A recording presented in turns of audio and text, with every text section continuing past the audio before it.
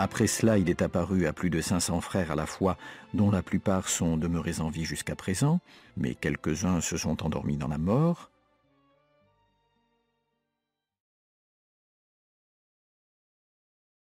Plus tard, Jésus est apparu à Paul lui-même.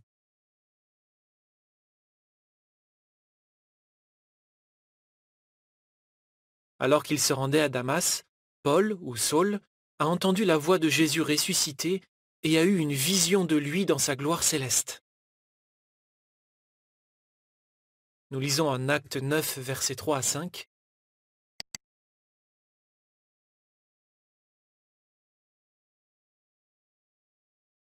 En cours de route, alors qu'il approchait de Damas, une lumière venant du ciel brilla soudain autour de lui. Il tomba par terre et entendit une voix lui dire « Saul, Saul, pourquoi me persécutes-tu » Il demanda « Qui es-tu, Seigneur ?» La voix répondit « Je suis Jésus que tu persécutes. »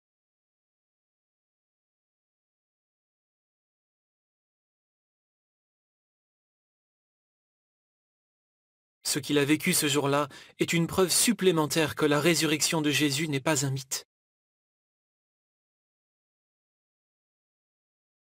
À une époque, Paul avait persécuté les chrétiens. Son témoignage pouvait donc avoir beaucoup de poids pour certains.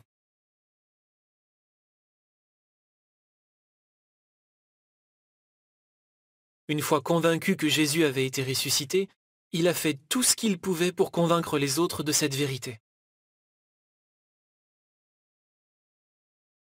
Pour la répandre, il a enduré de nombreuses épreuves.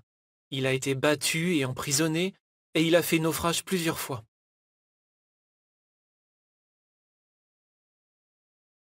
Il était tellement sûr que Jésus avait été ressuscité qu'il était prêt à mourir pour défendre cette croyance.